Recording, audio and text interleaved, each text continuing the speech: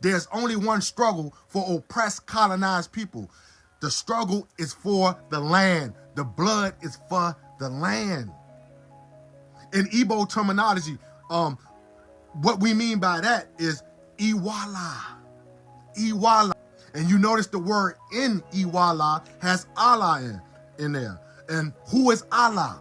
This is another Igbo deity, ancient deity of the feminine aspect. We go on to the feminine aspect. Who is Allah?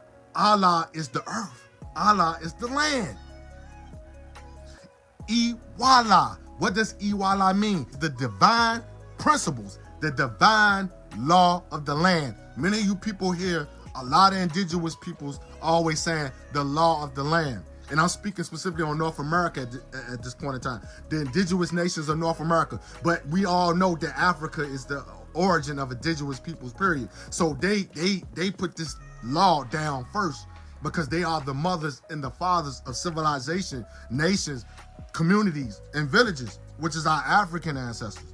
But in North America, our other ancestors in North America of the indigenous peoples, you always hear them say the land, the law of the land. That's what Iwuala represents in the Igbo indigenous peoples' cultures, traditions, spiritually and politically. Iwuala means the law of the land. So we have to return to that because these are the divine principles to govern the land. We must adhere to these principles. We must live by these principles of Iwuala, especially the indigenous law of Iwuala when they violate the pact and the agreement of Allah.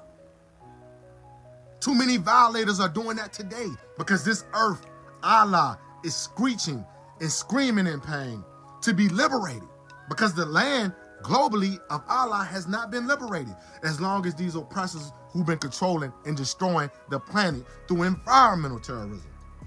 And they're destroying the planet through environmental terrorism, through capitalism. Exploitation of the people, exploitation of the land, exploitation of housing, exploitation of people's natural indigenous rights as humans, human rights struggle.